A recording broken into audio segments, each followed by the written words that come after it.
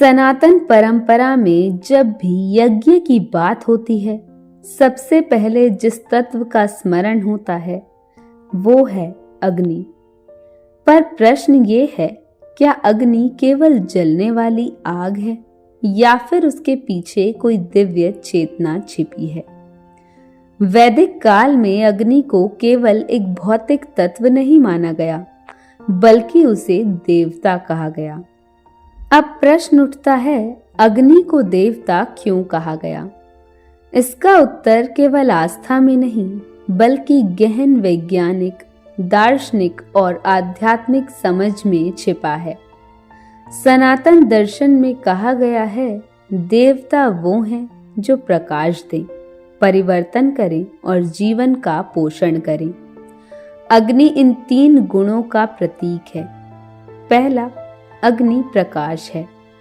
अज्ञान का अहंकार जब तक है तब तक सत्य दिखाई नहीं देता। अग्नि जलती है तो केवल ईंधन नहीं जलता, उसके साथ अज्ञान, आलस और तमस भी जलता है। यही कारण है कि यज्ञ को आत्मशुद्धि का माध्यम कहा गया। दूसरा, अग्नि परिवर्तन है। जो भी अग्नि में जाता है वो वहीं नहीं रहता। घी अग्नि में पड़ते ही सुगंधित धुएं में बदल जाता है, ठोस पदार्थ सूक्ष्म हो जाता है।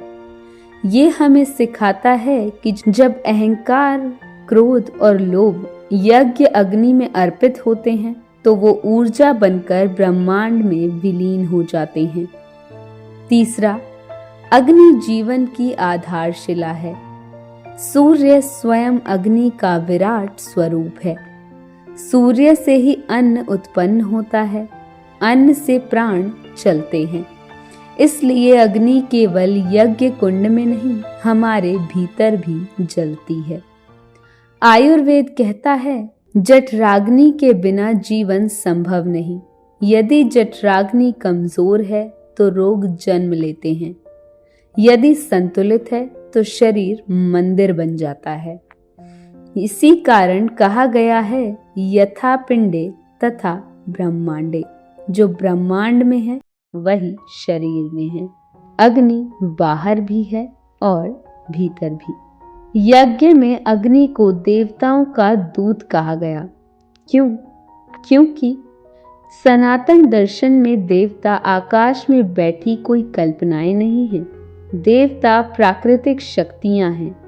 वायु, सूर्य, जल, अंतरिक्ष और अग्नि में ही वो माध्यम है जो स्थूल पदार्थ को सूक्ष्म ऊर्जा में बदलकर इन शक्तियों तक पहुंचाता है।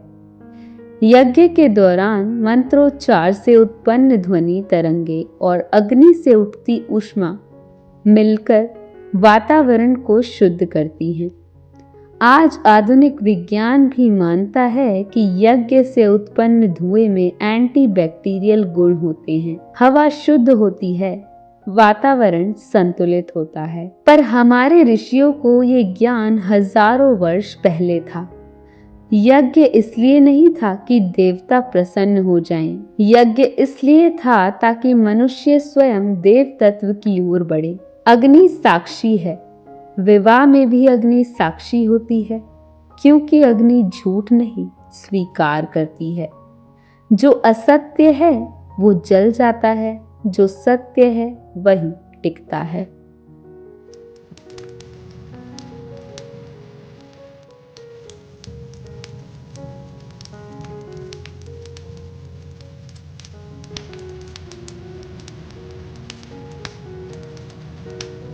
अग्नि देवता इसलिए नहीं है क्योंकि वह जलती है, बल्कि इसलिए है कि वो जागृत चेतना का प्रतीक है। जब तक जीवन में अग्नि है, तप, तेज और अनुशासन है, तब तक जीवन पवित्र है। और जिस दिन भीतर की अग्नि बुझ जाती है, उस दिन यज्ञ कुंड भी अर्थहीन हो जाता है।